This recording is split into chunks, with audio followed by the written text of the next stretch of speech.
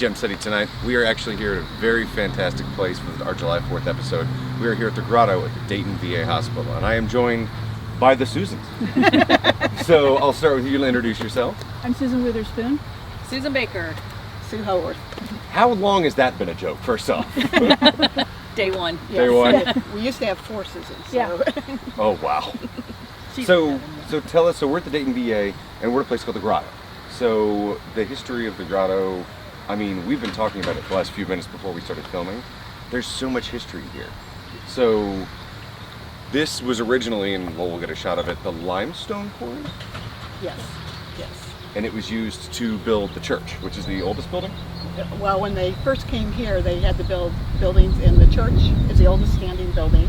It was almost the first church built in the United States in a military facility. So How old is it?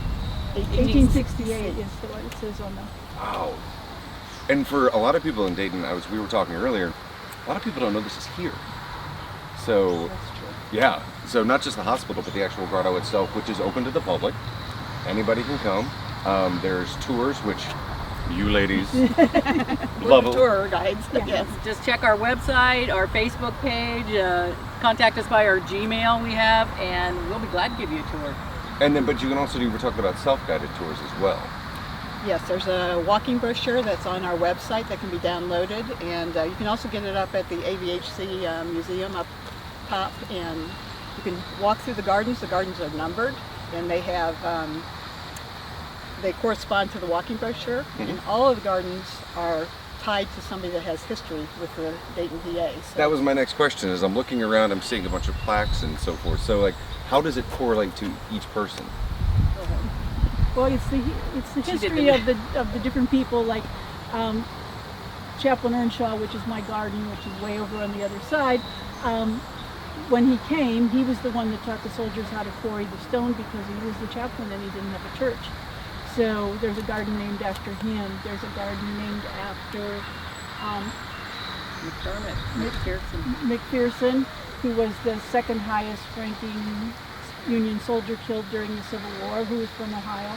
And the boathouse is named after him, so there's a garden around that. Not a gazebo. It's a garden. I love you made that distinction. It is not a gazebo. Right, we always refer to it as the boathouse, and everybody's like, well, I saw a gazebo, but I didn't see a boathouse. It's the same thing. Right. And for a time, they used to offer tours in the heyday. They had a boat. They were the Merrimack and Monitor, and they rowed the people around on the lake. That was part of the attraction here. So all of the different gardens are named after somebody who was the first medical director here. The Davis Garden is named after the person who laid out the gardens originally. Van Horn was the person who actually laid out the whole grid for the campus when it was here. At its height, there were 7,000 Union soldiers that lived here, and it functioned like a small city.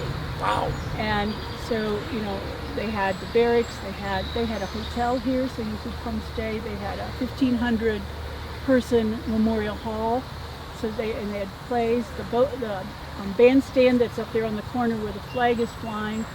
They had touring bands, plus they had a VA band that played, so people came to hear that. So, each kind of want to go back in time and just history. hang out here. Yeah. Well, and go back to the beginning, just because there will be a statue here that they're going to donate in the fall of Abraham Lincoln. Okay. He signed the order. It was the last major order that he signed before his assassination. Wow. That created the National Asylum for Volunteer Disabled Soldiers. And that's where this facility was one of the original 3. And it actually was the headquarters for all of the National Asylums, all up through the 1930s. Central branch, Yeah, Central branch. Wow. And in 1860, he signed it in 1865, 1867 was when the first 450 soldiers arrived. And okay, you did not tell me any of that. I'm like, wow, okay. The history is just phenomenal. Well, you had mentioned that this is the only place in the country that has someone from every war. That's in the National Cemetery. There's 55,000 graves, and it's the only national cemetery that has a veteran from every single war dating back to the Revolutionary War. So I'm going to put you on the spot, starting with you. What's your favorite part about the grotto? To me, it's the peacefulness, the calming aspect of it. When you're out here in nature, and we get comments all the time from people that come by, whether they're veterans or they're people that are working in the medical staff or even ourselves. You know, in this time, it's really nice to have a place to come and enjoy nature and get out. Yeah, you were saying like during the COVID thing, they were encouraged to come out, you know, during such a Wearing a mask, but come out. wearing a mask, keeping distance. That's Right. why I'm actually like, I really do like these ladies. I'm just standing this far away on purpose. Yeah, and one of the things when you're out here working is people stop all the time and say thank you. I know one lady was out here for treatment, and she came by. It was right after we put the lights on. She said, "I feel like I'm in this fancy resort." Which was donated, you said, by Home Depot. Yeah. Sorry, Rob. So your favorite part? Well, I think what it is, and to build on what Sue was saying, is that it's a feeling. A lady came to me a couple of years ago who was just walking around, and the gardens are in sort of a big oval. And that just happened naturally because this was originally a limestone quarry, and this is what we were left with. She said, this reminds me of a giant hug. That it's just got this feeling that it's very welcoming and inclusive. And so when we're giving tours, we find that walking in a circle like this, whether it's this layer or the upper grotto, which I do have to say is one of my favorite spots up there. There's a waterfall. There's also a basin that's carved there that says Grotto Springs. That was done by the soldiers. And it's 1869. And the carved dates into the side. in there. And also we have pictures of them drinking that water. I know we'll get a shot of it. Yeah, It you kind will. of looks like The Hobbit, the Shire. Yeah. With all the, it And just that looks so has no- peaceful and yeah, calming. And that has really no purpose. It's sort of a folly. It's there just as an entrance. And last but not least, and it's your hard favorite. to come up with something they haven't already mentioned, but what comes to mind is we also have memorial trees that people have purchased or sponsored a tree that has a sign in front of it that in remembrance of someone, and I think that to me is part of it too. I see the signs and it just makes you stop and remember, you know, the people that have been here before. I mean, there's so many. I mean, I'm looking around. I'm seeing 4 or 5 signs in eyeshot right now, and sitting around and actually like, you know, taking it all in and who's it for and what the meaning behind it is. You could easily spend a whole afternoon here, probably more than one, to take it all in. And Well, then we'd put you to work, so you might not. which is the last thing I would have. All right, come on, I'm in. I But would say back to the memorial trees, we have almost close to 100 trees now that have been dedicated, and we also are a level 1 arboretum. So all the trees are numbered, and we have a map of what kind of tree they are. So we've had people that are homeschooled. Yeah. They come out and they take the tour and look up the different trees, That's awesome. but they are also dedicated to somebody else. Well, it's also on our website. So let's say that you live out of town and you come in and you want to know where Grandma's tree or Grandpa's tree is. You can look on our map online or on the kiosk, which is right there in the parking area on the back. We have a list. Well, I want to thank you for being on the show. The last thing I want to touch is it's all on all of your shirts. You're volunteers. So this is something you do out of the goodness of your heart. How long have each of you been here? 7 years. 7 years. 2013. We never go home. Yeah. Well, all right. Well, we're probably going to get some shots and walk around. So we'll be right back with more Gem City Tonight. But we want to get to the grotto. It's got the Do you wanna- 1869 in it. If you want. Do you want to do like a walking thing, or? Let's have them talk about some specific places. Let's talk about Purple Heart Garden. Just probably do that up there when you're looking down. Yeah, I'll at get it. some shots of it. Yeah. We can pick out some specific places. and I can The get shots butterfly of it. garden up there used to be a bird aviary. Yeah, and you can, the rocks are the foundation of Avery. And up on top, there's one of the original fountains from back. We have pictures of the fountain. We One of the found it, pictures. well, somebody found it laying behind a building here in disrepair, so they dragged it here. It's cast iron. There were 3 of them originally. Yeah, they brought it We up have on a pieces forklift. of one. One's totally gone, and this one's isn't functional, but it's whole. So it became the centerpiece of Sue's garden. So if you go up there, The avenue is still the same road. And the garden up there on the top, that was the very first garden that was put in. way up on the top, yeah. Yeah, way up there, kind of beyond Up, the lady up there. above where they are.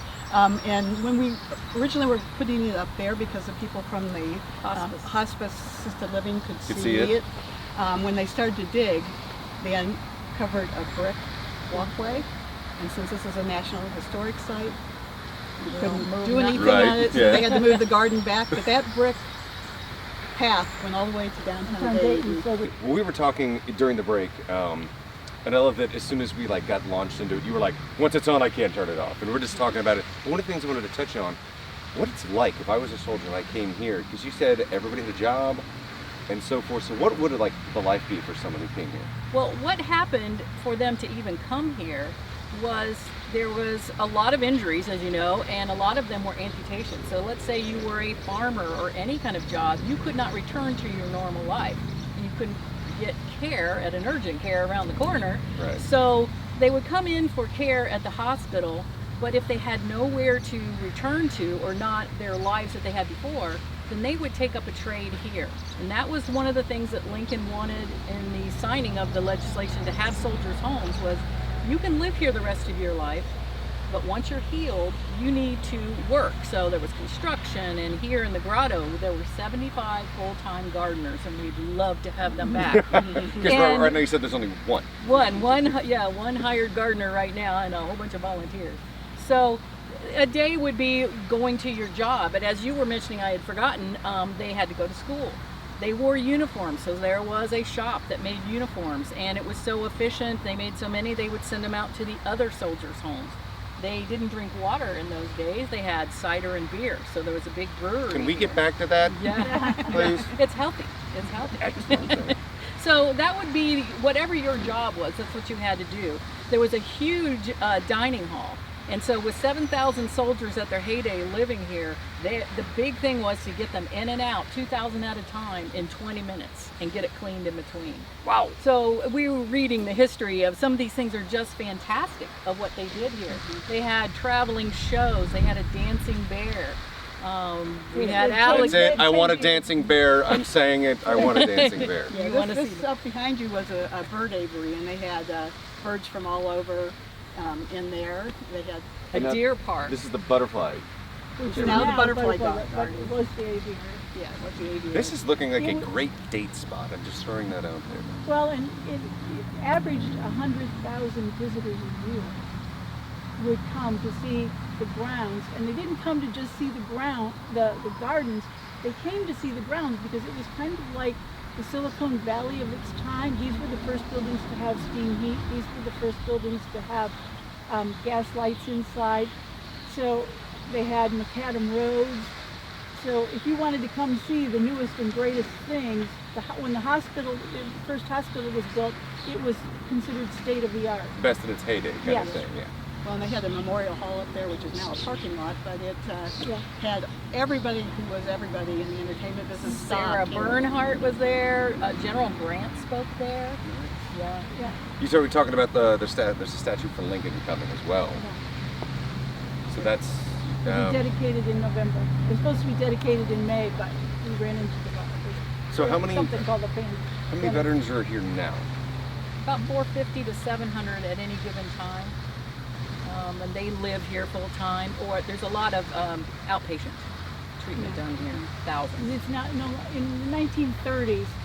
The VA pretty much. So she rang in the first segment. She rings in the second. That means you're left. But in the 1930s, the shift for the VA went from providing homes for veterans to providing medical treatment. So there's not as many people as you think, like when you say there were 7,000 people who lived here. Now we have hospice and we have apartments and we have a lot of PTSD people who live on campus. But other than that, there's not a huge population here. One of the things we always talk about on the show, which I know a couple of people that have worked here before, is talking about PTSD and mental health awareness and so forth. And that's been a big jump, especially for veterans. And we've partnered with the base and so forth. And have you seen kind of like an uptick? Because we were talking earlier that this isn't just a pretty place. It's mental health. Therapeutic. It's therapeutic. So have you been seeing that this helps them so much? The veterans that live here can come fish. They stock the ponds for them.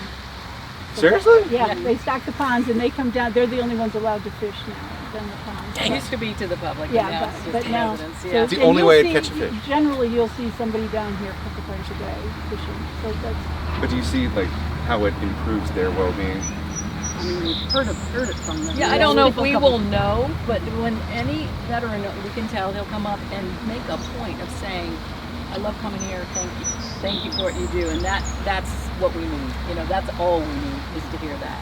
That's awesome. So that and family members who are, they may be, somebody's having treatment and then instead of sitting in the hospital for 4 hours while They somebody's come down having here treatment, and- they'll come down here and sit and read or have a lunch or This something. VA actually hosts 19 counties, including some in Indiana. And a gentleman was a volunteer driver to bring veterans from Indiana over here to the VA. And he would drive around and he saw us working. And so we kind of snagged him, or Bob did, snagged him and got him working. So he would come out here and donate his time. While he was And then he'd waiting. get I a don't see phone anybody call. saying no to you guys. You were super sweet this entire time. It's like, I don't see anybody saying no to you guys. We've digressed from the soldiers living here though. Yeah, right. But anyway, he did volunteer here. So And we have had like one father with his young girl came down and said, thank you so much for this because our kids can come down and play when he went and visited his wife. You know, so there's, you know, a place now that they can go and let some energy. you can and have a run picnic around. here. Yeah, there are yeah. picnic tables. You can just come down and enjoy it or read. And we have a restroom now. They put a restroom on the I like that. That's the big, the best technology 150 years ago. We but are very now we just got a excited. bathroom. Indoor plumbing. Yes, It's gonna be big. Yes, and we're very excited about that. So to wrap it up, how do we find it again? Gettysburg Avenue, 35 West, Gettysburg exit, straight into the VA, first left. And the website. DaytonGrottoGardens.org, or find us on Facebook at VA Grotto. Or if you could just do a Google search on Dayton VA Grotto, it'll come up. I want to thank you ladies so much. The Susans, everyone, thank you so much for being on the show, and thank you for all you do here, because Thank you. I know it means a lot to a lot of people.